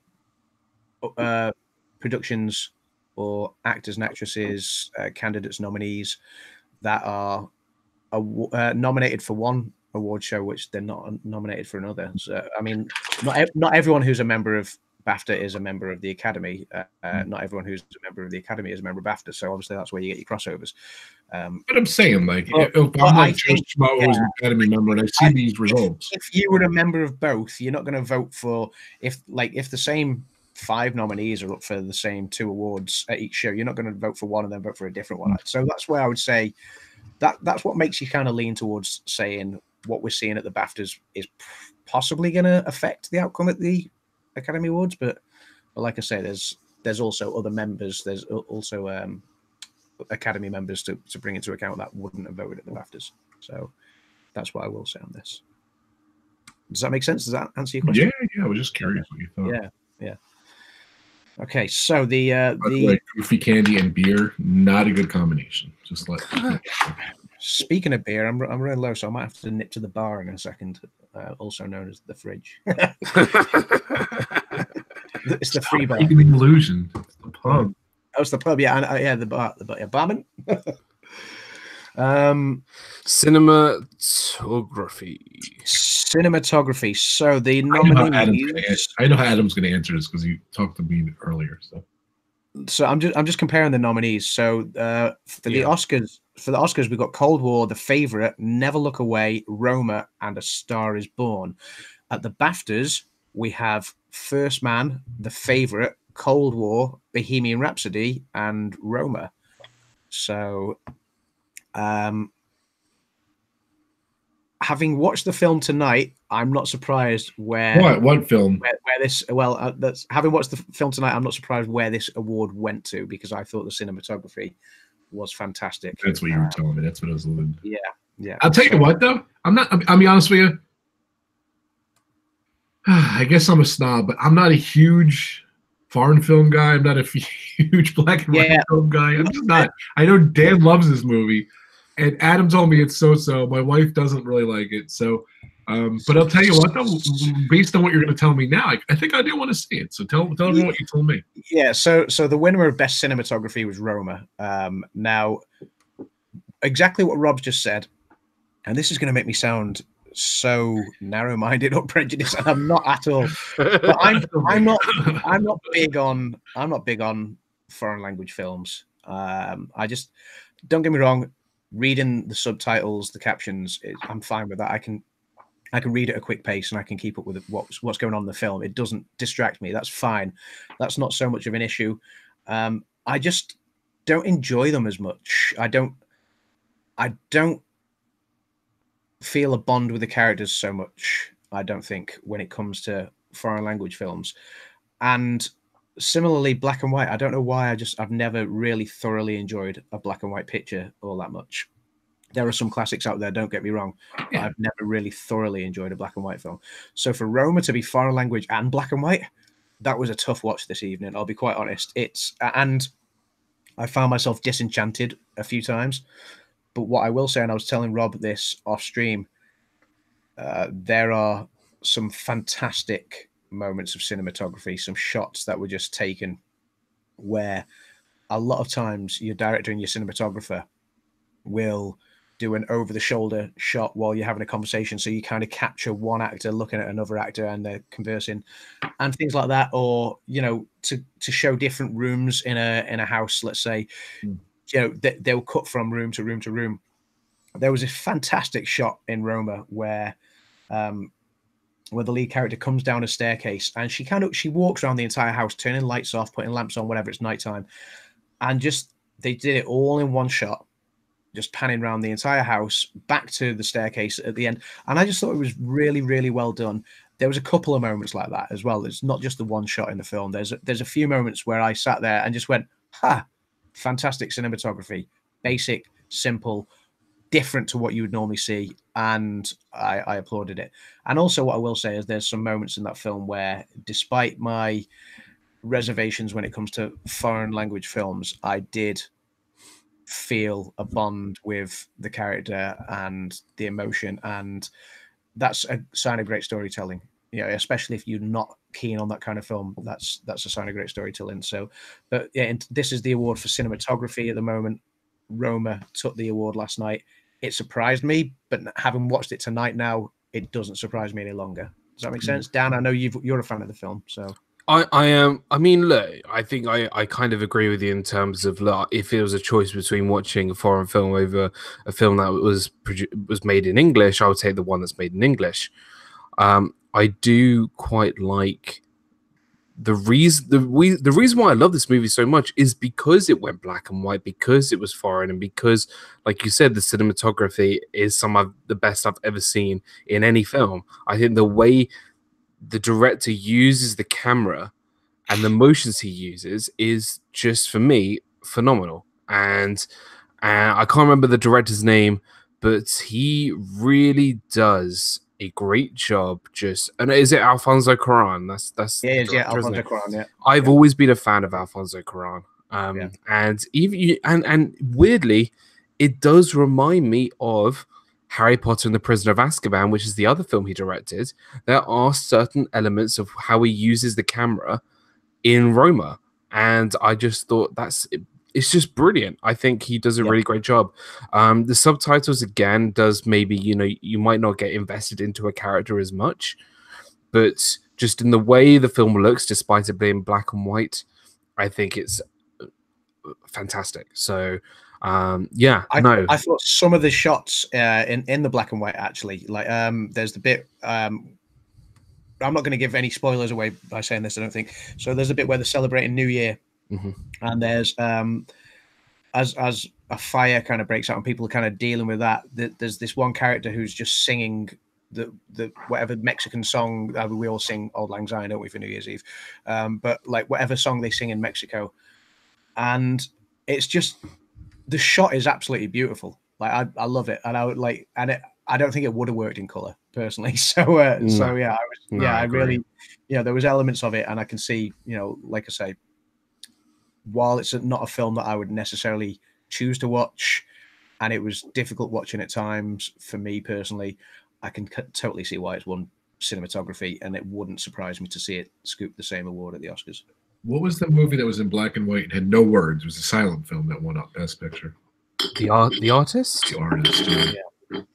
Yeah.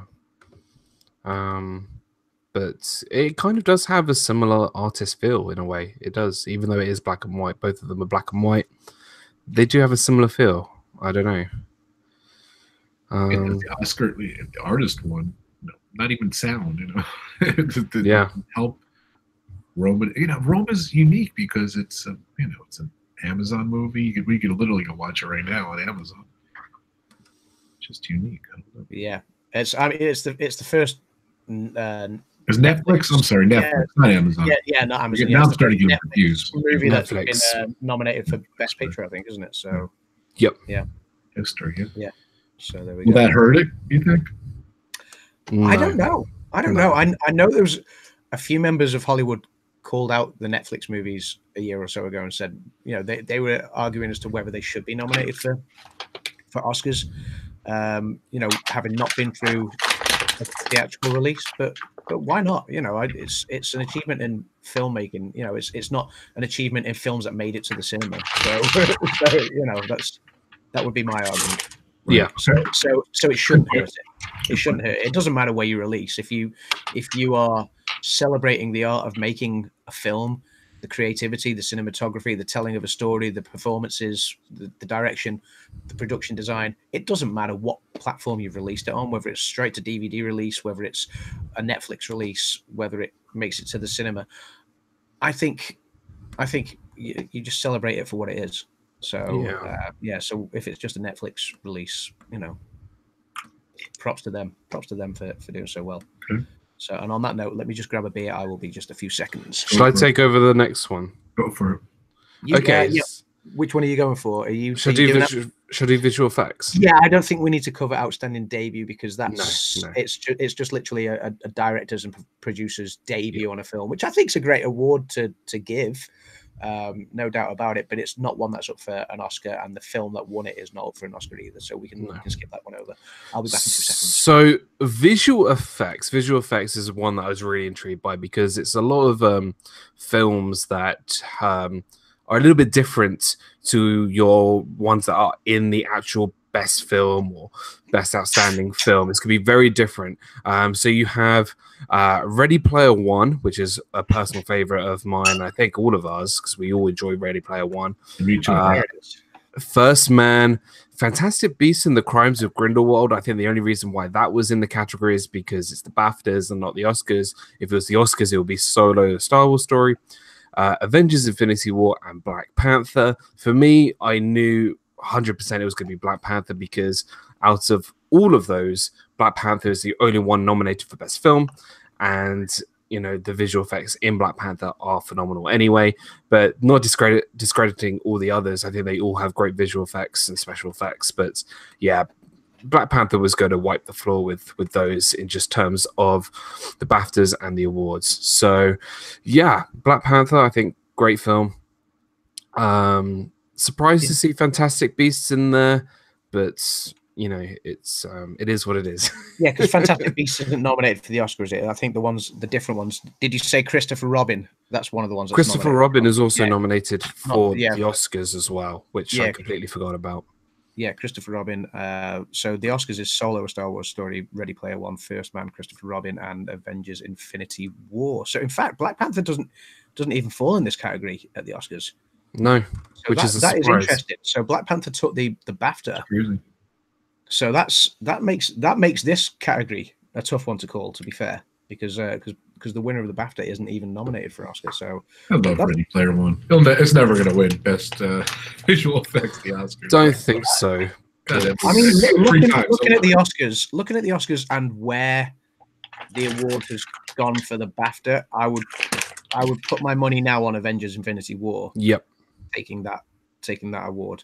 Though Ready Player One was Spielberg, and they do love Spielberg, so yeah, I mean, I would say Ready Player One and First Man are probably both in with a shout as well. I don't think Christopher Robin or Solo: A Star Wars Story are going to be in there. My money would go on Avengers, but I think Ready Player One or First Man are in with a shout. Yeah, certainly. Yeah. So yeah. Okay, this takes us on to costume design, which we kind of touched on before. We were talking about production design. We were talking about hair and makeup, costume design. I said they all went hand in hand. Sandy Powell, she almost always wins. She's almost always up against herself as well. Yeah. So Sandy Powell, she won it for The Favourite. And she was nominated for another one as well. And this isn't the first time she's been nominated against herself. So let's have a look. She gets mad when she doesn't win for one category and she wins for the other. Say again, sorry. She get mad at herself? I don't know. I don't know. Yeah. So did she do it for Mary Queen of Scots? No. Mary Poppins Returns. Mary Poppins Returns. Mary Poppins Returns, I think, is the one she was. Yeah. So yeah, she was. I don't know whether she did Mary Queen of Scots because The Favourite is the winner. Let's have a look. Ballad of Buster Scruggs is Mary Jo Fries. She's up for the Oscar as well as the BAFTA. Bohemian Rhapsody is nominated. Was nominated for a BAFTA. It's not nominated for an Oscar. So I think Black Panther's nominated for an Oscar with that. Mary Queen of Scots was nominated for a BAFTA. Yeah, that is nominated for an Oscar as well, and it's not Sandy Powell for Mary Queen of Scots. So Sandy Powell was Mary Poppins Returns and The Favourite, and it wouldn't surprise me to see her scoop the Oscar for The Favourite. She scooped it obviously for the BAFTA. Yep. Yeah. But yeah, it's not like I say, it's not the first time she's been up against herself. She seems to do this a lot. So yeah. Great. So that takes us on to Best Director. So we'll get into the bigger ones now.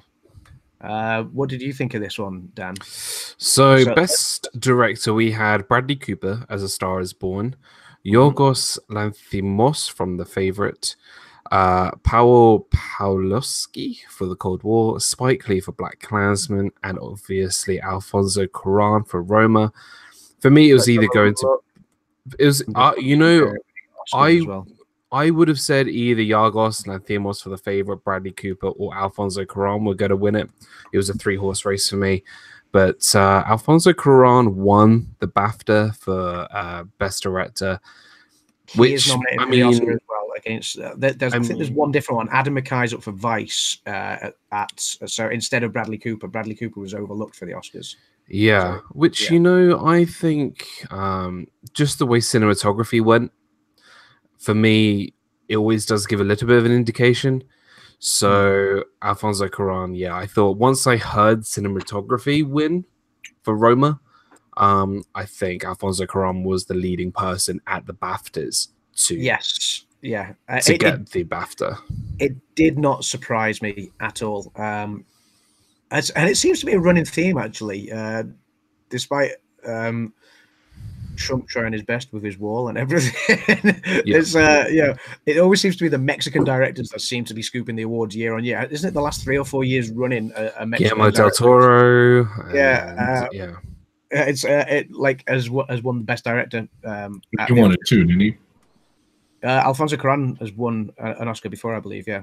So yes, he took best director for the BAFTAs last night. I would put my money on him winning best director at the Oscars as well. Me too. He's up against Spike Lee again for Black Klansman. He's up against Paweł Pawlowski for Cold War, Yorgos Lanthimos for The Favourite, and Adam McKay from Vice. But I think if you're looking at best director at the Oscars, it will be Alfonso Cuarón is the person I think is going to be nailed on. Isn't the best director always the best picture too? Not always, no. Not always. No. For example, La La Land was taken by Damien Chazelle, but then obviously Moonlight took Best Picture. So, but last year Guillermo del Toro and The Shape of Water won. So yes, there's that as well. So I mean, it can go both ways. Yes. I think Damien Chazelle is actually the one person that's broken up the whole the long line of Mexican directors. He's the one person that's kind of sort of slotted into the middle for the last couple of years. Yeah, for the last few years. Yeah. This one is the obvious one, leading actor. Leading actor. Yeah. So we had Viggo Mortensen for Green Book. Fantastic performance. Steve Coogan for Stan and Ollie. Christian Bale, not Christopher Nolan, for Vice. Bradley Cooper for A Star Is Born, and Rami Malek for Bohemian Rhapsody. And Rami Malek stole that one. Rightfully so. I think he was didn't the main surprise choice. me, I would say he is going to be the nailed on favorite. I think for the Oscar now as well. Yeah, I think so too. Yeah. Brilliant performance. That's another safe betting your mortgage. Yeah, I think so. So, I mean, for the Oscars, I think it's the one difference you've got is you've got Willem Dafoe is nominated for At Eternity's Gate. So Christian Bale for Vice, Bradley Cooper at Star Is Born, Willem Dafoe for At Eternity's Gate, Rami Malek, Viggo Mortensen. I think Rami Malek is going to take it. Yeah, I think so. Yeah. Steve Coogan was a surprise nomination, though. Yeah, I think it's for because BAFTAs, it's for BAFTAs. It's for the British Film and Television Awards. I can see why Steve Coogan was nominated, but who's Steve Coogan? He's a British actor, British comedian actor, but he stars in Stan and Ollie. Opposite. Oh, who is it that he's? Is he Stan or Ollie? He's a Stan, isn't he? Yes, he is. Yes, he is Stan. Hello. Stan, because he stars opposite John C. Reilly, doesn't he? So right. Yes. Didn't know which one he was. Yeah, and he is a British comedic actor. He's very, very good, Steve Coogan. So I didn't think he was in with a chance of winning it last night. Like I say, it was going to be Rami Malek all the way. All the way. That one, I think, you get some years where Best Actor is more nailed on than Best Actress. You get other years where Best Actress is more nailed on than Best Actor. And I would say Leading Actress is going to be tougher to call for the Oscar. I think absolutely. I think the person who's been scooping the awards all along is probably going to win it, but I don't think she's definitely going to win it. Well, let's read off the leading actresses. Leading actresses, and we'll do that. We'll compare the two. So who have we got on the BAFTAs? So BAFTAs, we have Viola Davis for Widows, Melissa McCarthy, not up for an Oscar. Yeah, not up for an Oscar. Never heard of that movie. Widows. Yeah, no, yeah. So Viola Davis was not up for an Oscar, which surprised me because she's a fantastic actress. She's phenomenal. She's a great actress. Melissa McCarthy for Can You Ever Forgive Me? She is up for an Oscar. Yep. Lady Gaga for A Star Is Born, obviously. Yeah, also up for an Oscar. Yeah. Glenn Close for The Wife. Yeah, also up for an Oscar. And Olivia Colman for The Favorite. Also up for an Oscar. And then you've also got Yalitza Aparicio from Roma, who was up for the Oscar. So Olivia Colman won for The Favorite. Olivia Colman won for The Favorite, and she has been scooping the awards throughout the awards season, though a lot of people are tipping Glenn Close to Glenn Close won a lot of awards too.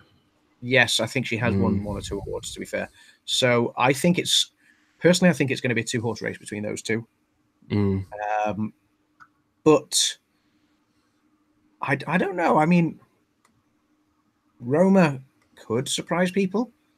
But I'm not sure. I think it's going to be between. I'm not sure now. I think it's going to be between Glenn Close and Olivia Colman, personally. Now, Olivia Colman won, like you say, last night. Her speech equally was fantastic. She was talking about how drunk they're all going to go and get afterwards. That wasn't her words. No. That wasn't her words, but she had the whole Royal Albert Hall in uproar with her speech. Hysterics. It was in hysterics. Fantastic winning speech.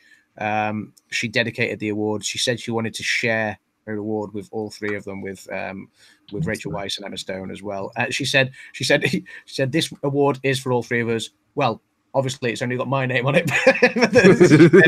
she said, but we can scratch your name in as well. And I thought it was just brilliant. She was very, very dry, very, very funny, and it was brilliant. So I'm undecided when it comes to the Oscar as to whether she's going to win it or whether Glenn Close is going to take it. But I'm going with Olivia Colman. I really am, especially with how The Favourite is done. I just don't think that I just can't really see it going I can't see Glenn Close going that way, if I'm honest. I would say I'm probably 65% going Olivia Colman, 35% Glenn Close. I would probably agree. Yeah. Other awards, I don't know.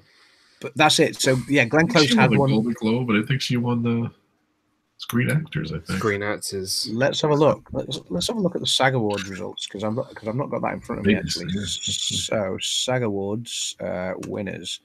Let's have a look because that will make that could throw this race wide open as well. Let's take a look. Do we have a list here? Film. Female actor in the leading role, the wife, Glenn Close for the SAG. Interesting. Interesting. Let's have a look. Who won the SAGs? Did you say Glenn Close won the SAG? Yeah. Glenn Close won the SAGs. Yeah, so that does make it. Jim from More Sunshine, Please. Yeah. Saying I don't know who won the Golden Globe. I'm sure I could search back. So, yeah. What Dougie's also saying who. Olivia Colman's a lot. Yeah, so. Birdman's director. Yeah, with Alejandro. Yeah, he's again fantastic.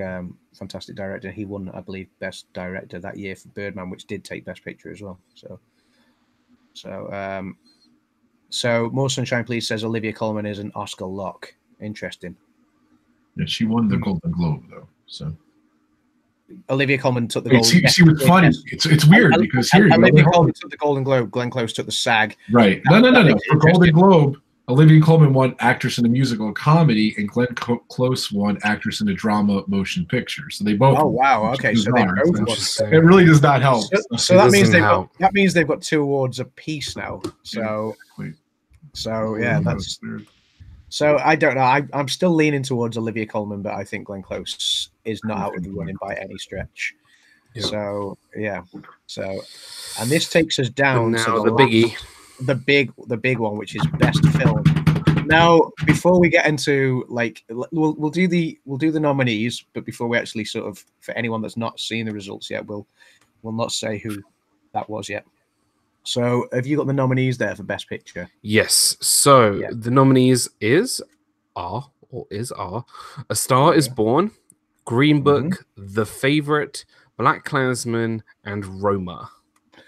That's right. So that was the nominees. Now it's funny because we're talking about the previous awards. So obviously you got the Golden Globes where what took the Golden Globes? Green Book took one of the awards, I believe. So Golden Globes was and Bohemian Rhapsody was Bohemian Rhapsody won the drama. Yeah. So Bohemian Rhapsody took one, and Green Book took one. Obviously the SAG Awards, Black Panther took one. Yeah. So that going into the BAFTAs then. That made it interesting. Now, bearing in mind, Bohemian Rhapsody had already won a Golden Globe. The Favourite then beat it for Best British Film. So all of these are up for Best Picture at the Oscars. And then Black Panther. Black Panther was not nominated. Yes, Black Panther. Black Panther wasn't nominated at the BAFTAs, was it? Yeah. Nope. Yeah, it was not. It was not nominated. That's right. Yeah. So it took the SAG Award. So, which makes it even more interesting. It does make it even more interesting, but then but then fast forward to Best Picture, and we talked about the possibility of this in our last pub talk when we started the Oscars nominees, and it actually happened last night, and my chin hit the floor when it happened. So not only did it scoop film in a foreign language category, but the Best Picture was taken by Roma, which. Now it's interesting because I said 2 weeks ago that I was saying Green Book and then I swapped it to Roma, and then you watch the BAFTAs and you're like, well, The Favourite has swooped so many categories. The Favourite was the Favourite was the favourite to win Best Film, and then bang, Roma gets the win. And Roma swoops in with like, obviously Roma did take director and cinematography, and that's, you know, like you say, sometimes at the Oscars that they kind of go hand in hand, but not always. But that stunned me last night. And I know Roma took best film not in the English language, and we talked about, could a film take best foreign film and best picture at the Oscars, and I was like, no, I don't think so. Obviously, if it were to take best picture, it would have to take best foreign film, which it did at the Baftas. It took best picture, it took best film not in the English language. And but bearing in mind the favorite had won best British film and beating Bohemian Rhapsody, I was like, well, now the race is wide open for best picture at the Oscars anyway. And that was before Roma then took the picture. I was blown away by that. My chin hit the floor. And so now we've got, of the 8 films that are nominated for Oscars, I think 5 have now won a Best Picture award. Which is, I don't think that's ever happened. That's and not there isn't an outright winner or leader at the moment. Yeah, that's I've never known it to be this wide open. So I think Vice we can kiss goodbye to. Yeah, I think unfortunately Black Klansman. I mean, it did take Adapted Screenplay Award, which but means, it's not. I don't think it's big enough. But I don't think it's I think you're right. I don't think it's big enough.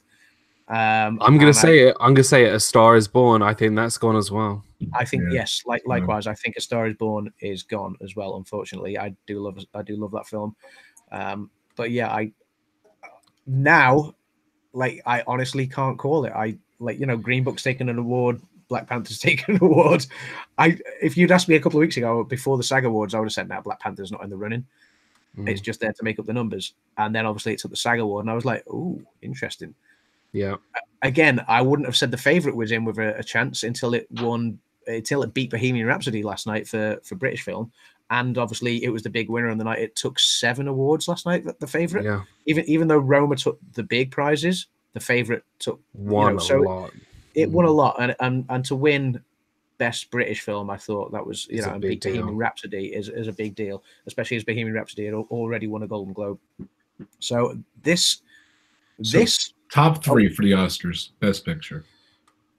Okay, I'm gonna give it to you. Anymore. I'm gonna give it to you right now. Number 3, I'm gonna put Green Book.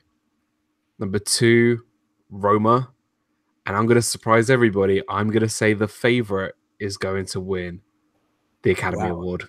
We should have a whole separate pub talk on our picks, but I want to know your picks right now because it might. I just had this weird feeling. It might change leading. It might change like in the week leading up to the Oscars. At the moment, I now have this inkling that Rome is going to do it. And just that's where my head is leaning towards now. And prior to last night, I would have said no, but I don't think Roma will take Best Picture. It wouldn't surprise me now, especially because I can't see cinematography and director going anywhere else. Now, like I said, there are like Rob said earlier, often whoever wins cinematography, director gets the same award. I think Dan said that bit, sorry, and then Rob said whoever gets director usually wins Best Picture, and more often than not, yes, but not necessarily every single time. And I say this year is definitely an exception because it's so wide open, because everybody has done really well. I can't see a clear winner. But just thinking about it, I feel like there's going to be a massive surprise this year. I really genuinely feel that way. I think Roma is going to be the surprise. That's where my head is leaning right this moment in time. But is Roma now the surprise, though?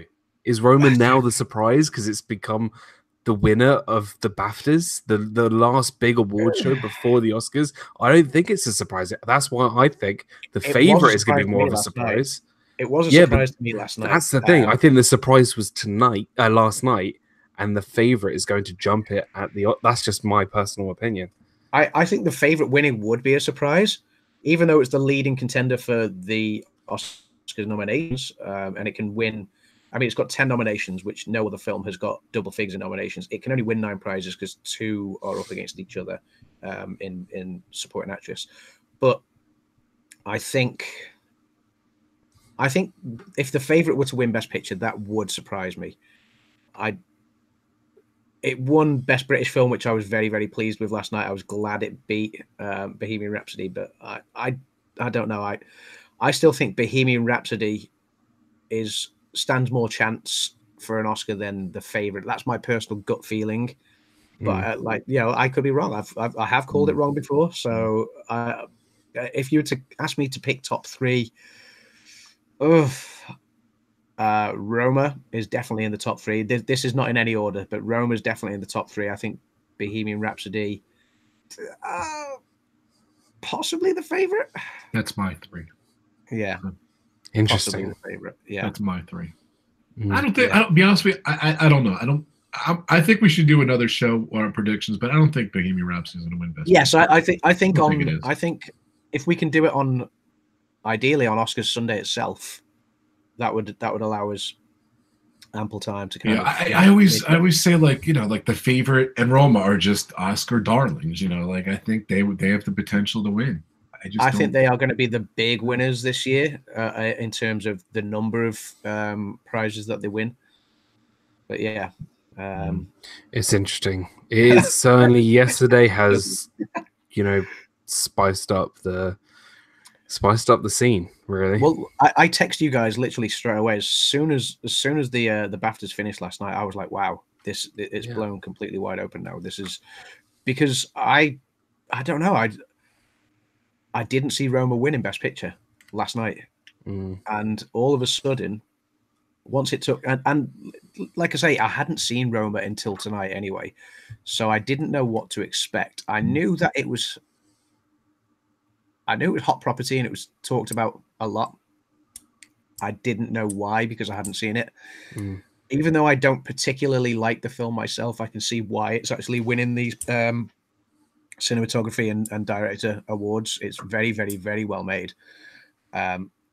I didn't think it was in with a shout of Best Picture until it won the Best Picture at the BAFTAs last night. Like I say, I was staggered by that. See, that's why I didn't think it was a surprise, because I said 2 weeks ago that I generally feel like this is going to do very well. So going into the BAFTAs, I was like, I won't be surprised if Roma does pick up the BAFTA, because, watching it 2 weeks ago, I was like, you know what? The cinematography is amazing. Alfonso Cuarón did an amazing job.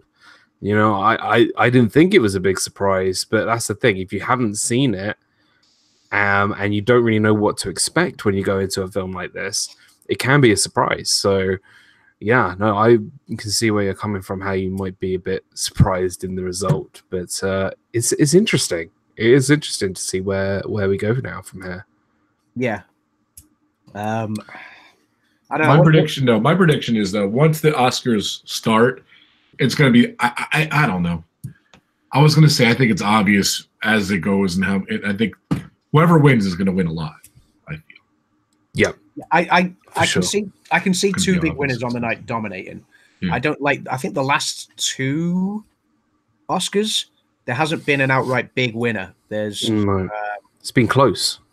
Yeah, no, I don't know. Maybe La La Land did scoop more the year, even though it didn't win Best Picture in the end. Maybe La La Land was the outright winner that year, but I think last year there wasn't really an outright winner. I think there was a couple of films, maybe won 4 awards each or whatever. Yeah. Shape of Water did not clean the slate. Shape of Water, No, it didn't. No, because 3 Billboards took a couple of awards, and there was 1 or 2 other pictures. Lady Bird did well. Lady Bird, yeah. So yeah, I do think there's been 1 or 2 other Oscars over the last 2 or 3 years, certainly, that where it's been kind of an even balance between the films. This year, I can see it being much like the year. What was the year where it surprised everybody? And I think, what Crash. film was it? Crash. No. Still never saw that movie. Oh, yeah. It's an interesting one. It was the year when Gravity 2013, that surprised everybody because that was the runaway winner that year. Even though Gravity didn't take the Best Picture, it was taking all the other awards. Right. And then I think was that the same year 12 Years a Slave ended up winning Best Picture. Right? Yes. You're so good. I was saying you're so good at this. Yeah. So I think it's going to be kind of like that this year. I think it's going to be between The Favourite and Roma are going to run away with the awards. And I think you'll see The Favourite take an early lead with the lower awards, like your production designs and things like that. I think Roma's going to come back at it when you start getting cinematography, when you start getting maybe one of the screenplay awards, director, and then best picture. I think is anyone's call at the minute. So absolutely, yeah. Well, we'll see. We will see. Yeah. I wanted to give a shout out to Brandon Dave. He had a premiere during our live stream. He did his premiere and he came back. I did have it running in the background there, so definitely check out Brady and Dave's video. I'm going to put the link here, so I support you there, Brady and Dave. So definitely, and it's a food one, Dan. So I think I suggest California Grill. So definitely check it out. That was kind of cool though. I saw it, I popped it, I wanted to support you, let it run. So my old work location. That was pretty awesome. So. All right, guys. That was another great stream. You guys are awesome. You guys are really good. You guys know your awards. You guys are great. Are we going to play Xbox tonight, or are you guys going to bed? Or are you going to go watch movies, Adam? Adam's swore off Xbox. So I've said I'm going to cry away from the Xbox for a couple. How about we have like 3 games and you go to bed? Watch the movie. It's 1:45 now, so I know it's very late. I'm up at 6:30 a.m. So it's like it's one of those. If I was to watch anything now, it'd have to be something short. Yeah, just teasing him. So, all right, guys, thank you so much. Go ahead, Adam. Any closing words? Thank you, Rob, for hosting, and a lot of fun. Always enjoy being in the pub. So, cheers. I got my. I am. Cheers. Sorry, I don't have a drink. Dan. I told him. I yelled at him. Last week he had like. That's it. That's all I have. Nice. Cheers. Sorry. I only had 2, so that's it. I got to walk upstairs, so I don't. Don't forget to check out AdamsLand, and Ebony's little channel, his daughter. The links are below. Awesome chat. Thank you, guys. Yeah, I can't wait to do our Oscars prediction Sunday. Are we doing it Oscars Sunday? I don't think I can do it Sunday. I can do it. I don't even know. It's going to be rough. We'll talk about it, but I'll try to give a little more notice in the next 6 hours. As close to the Oscars, I think, as possible would be great. Okay. And I think the key is just to watch the main movies, and I think that's all I'm going to be honest. I'm going to be doing. So, yeah, like what time does the Oscars start? Here it starts like 8. 8. Oh, geez. Okay. So it probably runs until which is right about now, actually. Yeah, so it probably runs until about midnight or something like that. I'm guessing. Yeah, probably 8 o'clock. Yep. Yeah. Yeah, see, I'll be. Are you watching it live, Dan? I will definitely not be. Oh, I will be watching it the next day. I will be up watching it live, and depending on how I'm feeling when the Oscars wraps up, I might even go live there and then, like when the Oscars wraps up. So I already watched Royal Rumble till 5 in the morning. I'm not doing another one. I might go live at 5. UK time, that would be. So yeah. Nice. When the Oscars finishes, I don't know. We'll see what happens. I need to work that out. But yeah, I'm definitely looking forward to the Oscars. I think it's wide open now, and whereas the last couple of years I've kind of had an inkling of where the best picture was going. Although I was wrong with La La Land, I said La La Land was nailed on, and as it was leading up to it, I thought, oh, Moonlight's going to give it a competition, and Moonlight obviously stole in at the end. But each of the other years, I predicted Birdman, I predicted Shape of Water. This year, I genuinely don't have a clue where this is going. So I need another couple of weeks to reflect on this. so run out of time. Hurry up. And Dan, of course, Disney Dan, great channel, 1,000 subs. Congratulations again, buddy. Thanks so much. It was a fun. Yeah, thank you. Really, well, thank you for allowing me back at the pub with no drink. No, thanks again. Some really great videos recently. Speaking of movies, if you watched the Aladdin trailer today or yesterday and you were like, hey, Will Smith looks really weird and I still don't like him, I did a video today about Will Smith and why all the hate. Really fun video. It features Heath Ledger, Daniel Craig, and Ewan McGregor in it, so you have no reason not to watch it. But yeah, it was fun making that video. And Disney Food Fridays, of course, every week, and Disney Fiasco every Saturday, 7 p.m. Eastern Standard Time.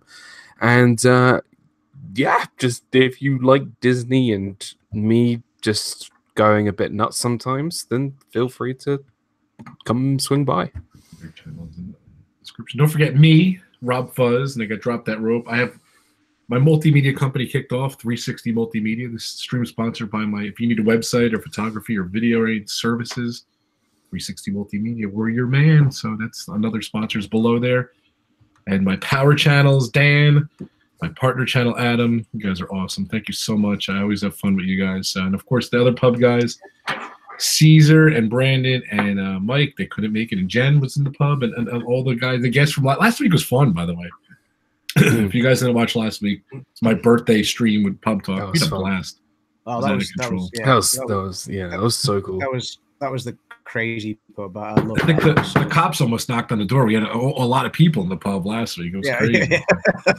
We almost had to throw some people out for underage drinking.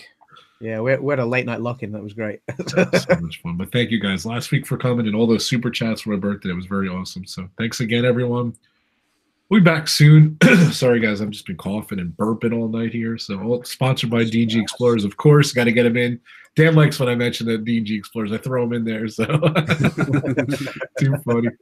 Thanks, everyone. Have a great night. Have a great week. And I think I'm going to be streaming tomorrow night, too. Maybe a little bit later. I don't think you guys get the chance to watch it, but I think I'm going to do another one of my Disney World, Disneyland retro videos. I'm going to try to get that in. Those are always fun. So. And then Frankie Friday, I believe is Friday. We don't have a topic yet. Anyone who comes up with a great topic, let me know. But we are out of here. Definitely check the replay. Thank you so much, everyone. Thank you again, Adam. Thank you again. Always a pleasure. Cheers, Rob. Get to work. Adam's so full of it. He ain't want to be. He's going to go watch another movie. I know Adam's predictable. Dan's going to bed, though. I know Dan. So he's going to bed. Oh, yeah. And I'm going to go watch a movie. Well, okay, guys. The only one I've seen, real quick before we go, you guys pick, even in the chat. I didn't see Black Klansman. I saw half of Black Panther. Maybe I'll finish watching Black Panther. I saw Bohemian Rhapsody. I still got to watch the rest. Oh, I saw Green Book? I haven't. Maybe I'll watch Green Book. Watch Green Book. Watch Green Book. All right. I'm going to watch the end of Black Panther and then Green Book. So yes, do it. Fantastic film. That's tonight. So all right, guys. Thank you so much. Well, thank you. So possibly, I know we got to go as late as we can with the Oscar picks. So I don't know, probably the week before, because Sunday's gonna be really tough. I got construction going on in my house. Can you do the Saturday before, or possibly? We'll talk though. We'll talk. We'll get it going. We'll see. Yeah, we'll get it as close to the Oscars as we can. So yeah, all right, guys. Cool. Thank you everyone for coming into the pub with us. Always a pleasure. Thanks everyone. Cool. Have a great night, guys. Thank you so much. Bye. Bye. Ooh, cheers.